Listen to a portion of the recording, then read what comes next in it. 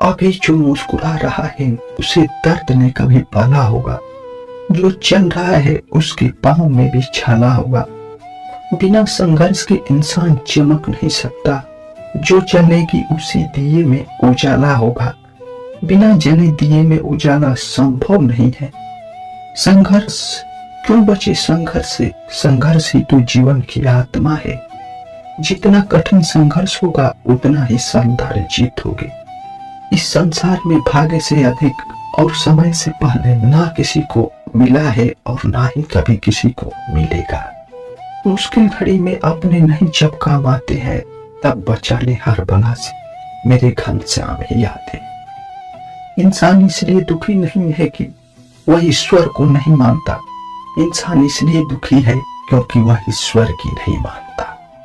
एक बार एक किसान भगवान से बहुत नाराज हो गया।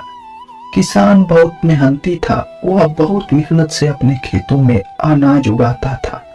उसकी देखभाल भी करता था, पर अक्सर उसकी फसल खराब हो जाती थी।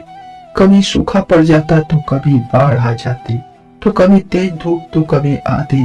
किसी न किसी कारण से उसकी फसल खराब हो जाती थी। एक दिन वह किसान गुस्से में आसमान की ओर देखकर और भगवान से कहने लगा, हे ईश्वर, आपको लोग सर्वज्ञाता मानते हैं, कहते हैं कि आप सब जानते हैं, कहते हैं कि आपकी मर्जी के बिना पत्ता भी नहीं हिलता, लेकिन मुझे तो लगता है कि आप छोटी सी छोटी बात भी नहीं जानते। आपको तो यह भी नहीं पता कि खेती बाड़ी कैसे होती है।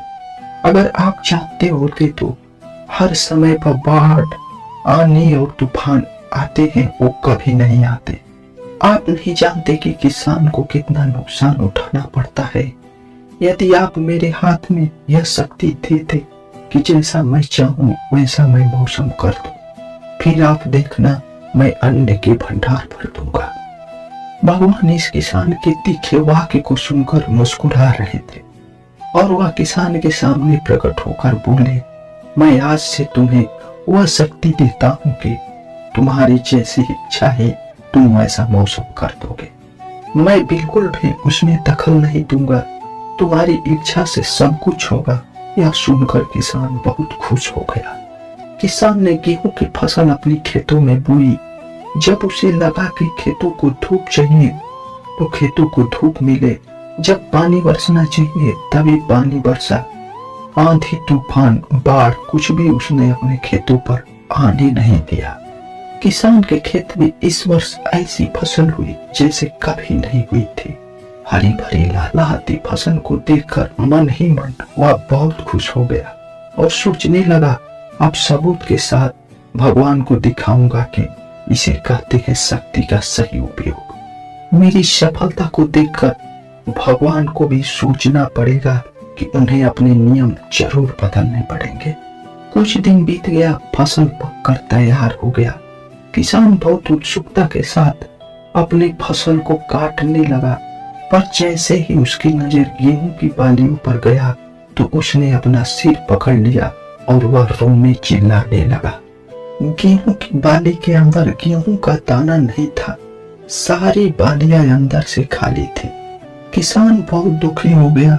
उसने भगवान को रोते हुए फिर पुकारा, हे प्रभु, तुमने ये मेरे साथ क्या किया? क्या तुमने मुझे कोई सजा दी है? भगवान बोले, पुत्र, ये तो होना ही था। तुमने पौधों को संघर्ष करने का मौका ही नहीं दिया और ना तो तुमने उन्हें आंधियों से जूझने दिया, ना तेज बारिश आने दिया और ना ही धूप में तपने दिया। एक भी चुनौती का सामना तुमने उन्हें नहीं करने दिया। इसलिए सारे पौधे अंदर से खोखले रह गए हैं।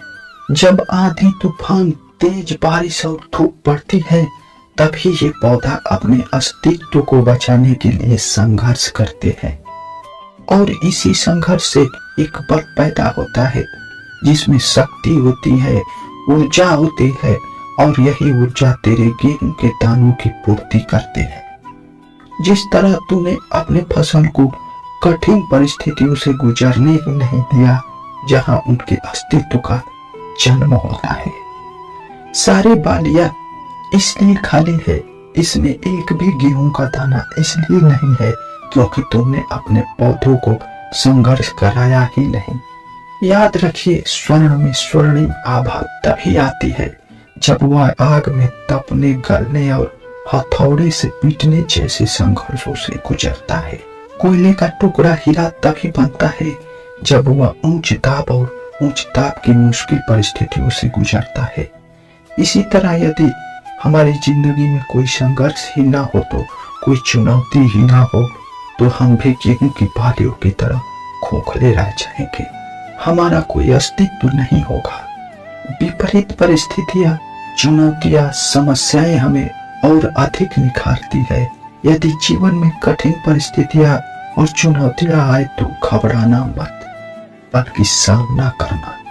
विश्वास करो कि आप और अधिक निखर जाओगे और अधिक मजबूत बन जाओगे।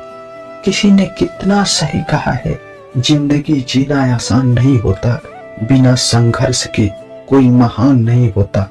जब तक हथौड़ी की चोट ना पड़े तब तक पत्थर भी भगवान नहीं होता।